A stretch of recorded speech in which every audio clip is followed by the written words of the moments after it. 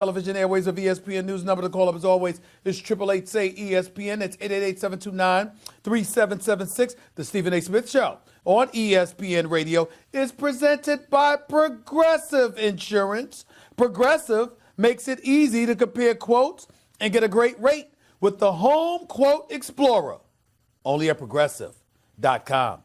Time for Straight Talk, brought to you by Straight Talk Wireless. Got a jam-packed show coming your way today, but I got to tell you something. I am in a very good mood. A very, very, very good mood. Ladies and gentlemen, the Jets haven't given me much of a reason to be in a good mood. The Giants losing to Minnesota this weekend hasn't given me enough of a reason to be in a good mood. Kevin Durant opening his mouth about how the New York Knicks are not cool certainly doesn't have me in a good mood, okay? Jerry Jones speaking about them Dallas Cowboys, my buddy Jerry Jones. I'm not sure that has me in a good mood. But I will tell you this. I watched the Houston Astros last night lose a game to the Tampa Bay Rays. I see now that a Game 5 has been forced. I saw Justin Verlander, the great Verlander himself, not be on his A game, be a bit vulnerable. 3 days rest, apparently he needed 4 or 5. I see all of this, and as a result, a Game 5 in the ALDS has been forced. The Tampa Bay Rays, the cheapest team in Major League Baseball, arguably one would say, their payroll ain't that significant. Bottom line is, they're in Game 5. They got a chance to advance to the ALCS. And you know something? I think Houston's going to win. I think Houston's going to close out this series in 5 games. But the fact that it took that and the fact that I've seen some vulnerability past Jarrett Cole makes me happy. Because whatever questions I had about the New York Yankees and the fact that they were going to run into their juggernaut known as the Houston Astros, who could put up runs, all right, had stout pitching, got the top 2 candidates for the American League Cy Young Award in Cole and Verlander, and somehow, some way, they look vulnerable. The Bronx Bombers look like they might have a shot to take these brothers. Makes me happy. It's making me happy. I see Severino is back. He ain't looking bad. Aroldis Chapman, I hope he ain't injured his hand too much with that champagne celebration in the clubhouse after they swept the Minnesota Twins. He should be all right. Gleyber Torres is balling. Didi Gregorius is back. He's balling. Giancarlo Stanton is back. Aaron Judge is still there. Gardner's still there. I'm getting happy, y'all. I'm getting happy. Tell you that right now. Now, I might sit up there and I might love sports, I might cover sports, I might do all of that stuff, and that's true. But I love my Yankees. I love my Yankees. And when I think about the fact that they haven't had a title since 2009, that it's the only title that they've really had, the only World Series title that they've had since 2001, or 2000 rather, let me tell you something right now. I'm starving. Because God knows it's our only hope. You don't understand. I'm a native New Yorker. Born in the Bronx, raised in Hollis, Queens. And listen, I respect the Dodgers. I respect the fact that the Mets are in Queens. As miserable as the Knicks make me, you know I love the Knicks. I'm a diehard Knicks fan. I'm emotional when it comes to them. But I'm a New Yorker in my heart and core. I love Southern California. Boy, do I love the sunshine, the palm trees. I can't wait to live out there permanently, to be quite honest with you. I hope it happens sooner than later. And I love the warm weather. But you know what? And by the way, Houston. I love the city of Houston. It gets scorchingly hot there. I get it. It's a great sports town. It's a great town. I'm here in Atlanta. Braves getting ready to play Game 5 tonight. Can't wait. Excuse me. It's very exciting watching the Braves. Okay? I get all of that. Nationals and the Dodgers, something special. We're going to see what goes down with that too. I love it all. I get it. But I am a die-hard Yankees fan. And as a native New Yorker, let me be very, very clear. They are our only hope. If the Yankees don't get it done this year, ladies and gentlemen, once again, we go back to the drawing board. We start thinking about that trading deadline. We start thinking about pitchers being acquired. We start thinking about the fact that Greinke landed in Houston. And somehow, some way, Brian Cashman did nothing to buffer their pitching. Excuse me. We remember Cashman telling us the Yankees have enough. And if they lose, clearly they will not have. Tanaka's been potent in the postseason. But for some reason, he still worries me.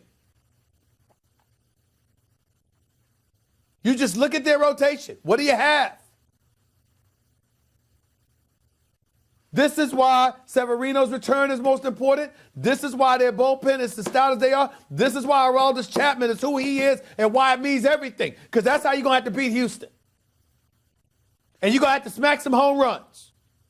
Stanton and Judge and those boys, they got to smack it out of the park. You're not going to chip away at Houston. We ain't going to see too many nights like last night. I'm telling you that right now. This is it. Yankees stand up. Yankees stand up. This is our time. This is it. You got a shot. Houston can be had. They can be had. Yankees just got to do it, man. They got to do it. 888-SAY-ESPN. That's 888-729-3776. You're listening live to the Stephen A. Smith Show, ESPN Radio, ESPN News. I just had to get that off my chest. Another thing I want to get off my chest. Let me go back to this whole Adam Silver, Daryl Morey, China situation. Let me say this. By the way, before I forget, hey, y'all, did y'all see? I mean, I'm on national television every day, so you would think that I would be excited by that alone. Did you see the New York Post? Because clearly they want headlines, right? They want headlines. So dare I say they talked about moi. They talked about me. I am in the New York Post. I mean, stop the presses. I'm so touched. Where's my tissue at? Oh, my goodness. They put me in the New York Post. I'm so touched. Hold on. The New York Post was talking about me. Oh, my Lord. Spelled my name right and everything. Because that's very important to me, by the way. When you talk about Stephen A., remember, it's with the P-H, not a V. The P-H, okay? So I really appreciate them talking about me in the New York Post. I mean, just stop the presses. You understand? Stop the presses. Stephen A's in the New York Post. Evidently, I am a ratings juggernaut. I mean, you know, because New York Post don't talk about nobody that don't deliver ratings now. Come on now. I mean, give it to me where it's due. He gonna talk about me. Give me some credit. Nevertheless, they were talking about me. And obviously, I'm involved in whatever you want to call a controversy, whatever, which to me is not one. Let me be very, very clear before I go on to this subject about Adam Silver and the NBA with Daryl Morey. I've stated my position. Daryl Morey isn't wrong about what he said. He just shouldn't have been the one to say it. Particularly when you're dealing with geopolitical issues, there's a pecking order. And ladies and gentlemen, most of us ain't on it. And if nothing else, this particular situation has proven it, because right now, I got news for you. I'm not supportive of the NBA players being there. It doesn't mean that I don't think we should be doing business with China. That's not my place. That's what politicians and big-time executives are for, who cut our checks. And obviously elected officials who we elect to represent us. Everybody can't be in the room running their mouths. There has to be a voice. And in this particular instance, because of Daryl Morey's tweet, and because of how China has embraced it, and because of how they pushed the NBA away, disassociate themselves with the Rockets, canceling games, refusing to air games, etc., taking down murals and posters and all of this other stuff that's going on over there. Because of that, I don't think the NBA players should be there right now. I'm not saying, oh, don't do business, don't go there again. I'm not going there. I'm saying right now, as this continues to gain steam and clearly has become an international issue, so much so that politicians feel the need to get involved. The NBA commissioner is there speaking with major officials in China. And the list goes on and on. I don't think that we should demand LeBron James and James Harden and all of these other guys speak up and speak out. For what? We're America. Somebody asks you, do you support, whether it's the protesters in Hong Kong or any place else, you know what the perfect answer I believe we should always be? We're Americans. We support democracy everywhere. Period. End of discussion. That's it. Nothing else is our business. Let somebody else handle it.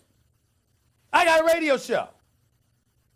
I got a national television show. I speak to millions of people a day. I am not qualified to talk on behalf of Walt Disney the way a Bob Iger is. I am not qualified to talk about those issues the way a Jimmy Pitaro is. I am not qualified to talk about those issues the way an Adam Silver will. And when people are in positions of power, particularly when they're representing, whether it be a company this large, an entity like the NBA, or a nation like the United States of America, we have to make sure that we leave it to them and their close advisors to handle. Plain and simple.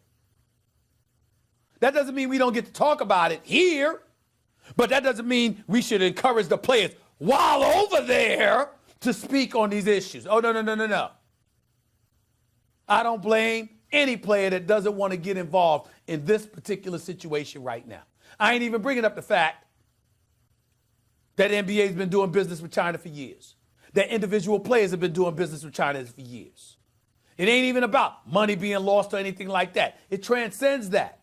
As the owner for the Brooklyn Nets spoke about, because he's from China, wrote an essay, go read it, elaborating extensively on China-Hong Kong relations. That's why he called it a third rail issue. If you don't know, zip it.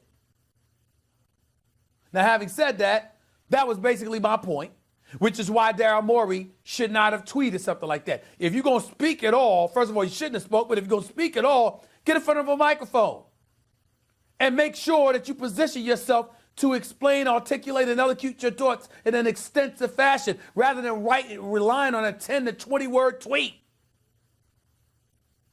You're an executive. You don't need to be tweeting 8 to 10 words. Why? You're going to speak, speak. If you're not going to speak, don't speak. Why tweet? And so yesterday on First Take, when we talked about it, everybody wants to talk about, Stephen A. mentioned Israeli-Palestinian conflict. I wasn't talking about that, and I would never talk about that. I was making the point I'm not qualified to talk about it. The point I was making is I am not qualified to talk about such a thing, as most people recognize in our nation. So other than those folks within the Jewish community, outside the Jewish community, you see statesmen speaking about it, the Colin Powells, the Condoleezza Rices of the world, the Hillary Rodham Clintons of the world, and others throughout the years. But you don't see people just walking around going on Twitter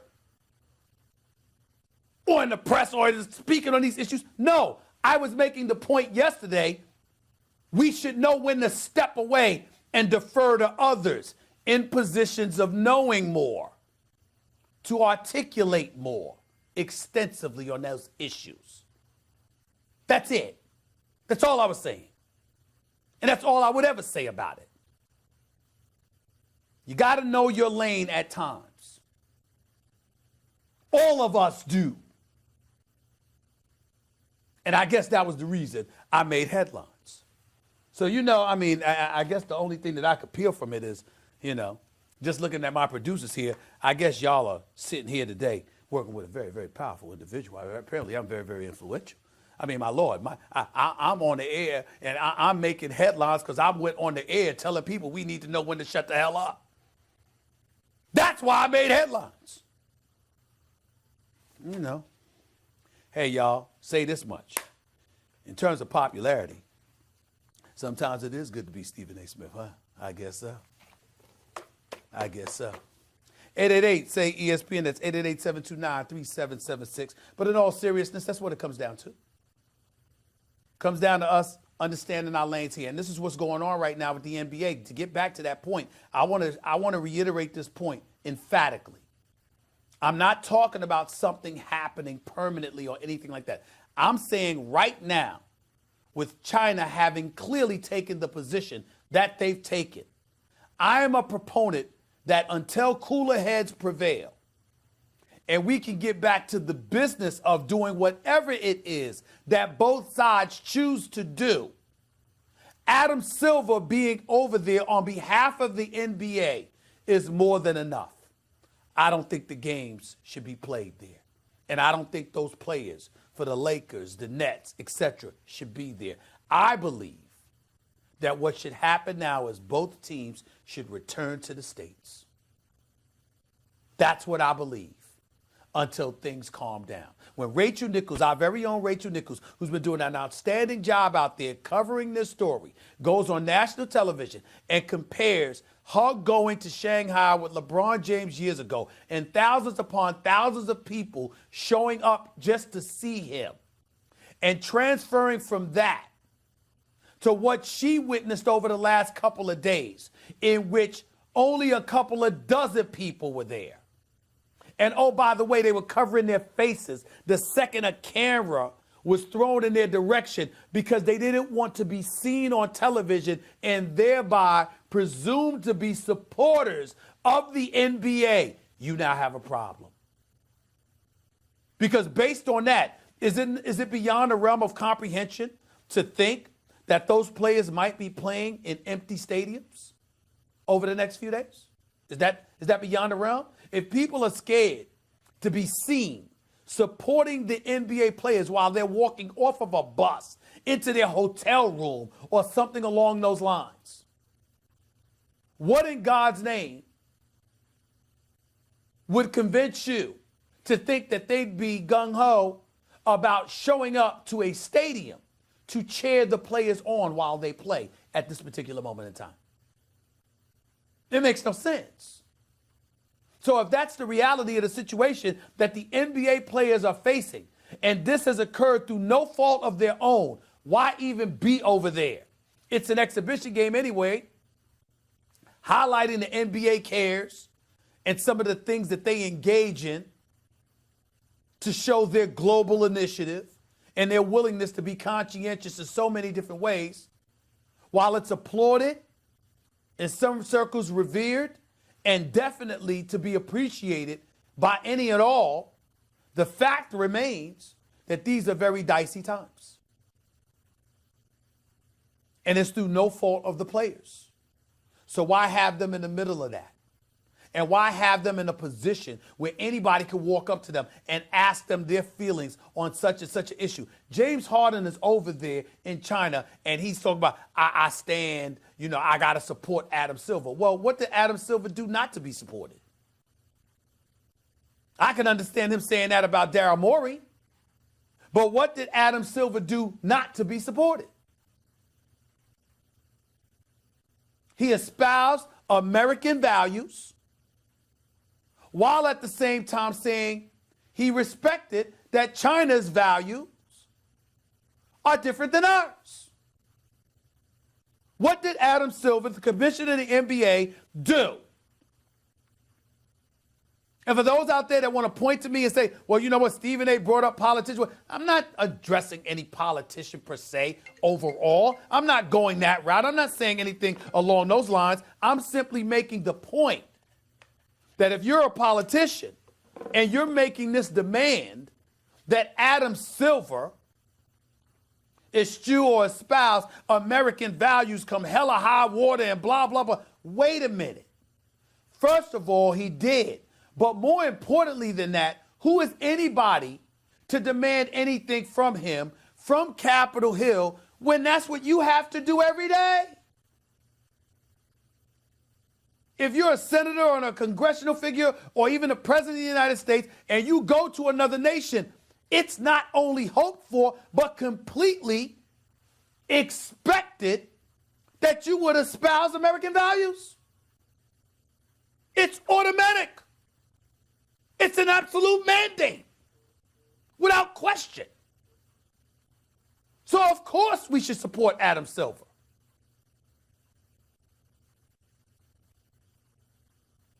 They know who we are. We know who they are. And all of these years, understanding that dichotomy that exists, the differences between the two sides, we've been doing business. For all we know, Adam Silver is over there reminding them, excuse me, excuse me, this executive, Daryl Morey, tweeted something that didn't come from the NBA. It didn't come from the Houston Rockets. It came from one individual who has the freedom to speak his mind. There are people who have spoken their minds before against you, against us. It didn't stop us from doing business with one another. For all we know, that's exactly what Adam Silver is saying right now.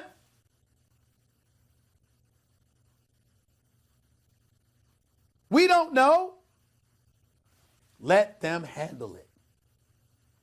Geopolitical issues, we know us. We might not know them. The people who do know them, let them handle their business. Let the rest of us step back and remember who we are and understand that as long as we're true to ourselves and what our value system is, and we're unapologetic about it, we have nothing to apologize for. But we do have to be careful that when we're doing business with others, knowing what their value system was before we did business with them, sometimes there are some people who would say, you should be quiet. Maybe somebody else can say that about them, but not you. Not you. That makes sense. Those are big boy and big girl rules. Maybe we should remember that as we move forward. 888-SAY-ESPN, that's 888-729-3776 to your calls and more in just a minute. You're listening live to the Stephen A. Smith Show, ESPN Radio, ESPN News. By the way, by now you've probably heard me talk about my computer career and think, nope, not me. I don't know the first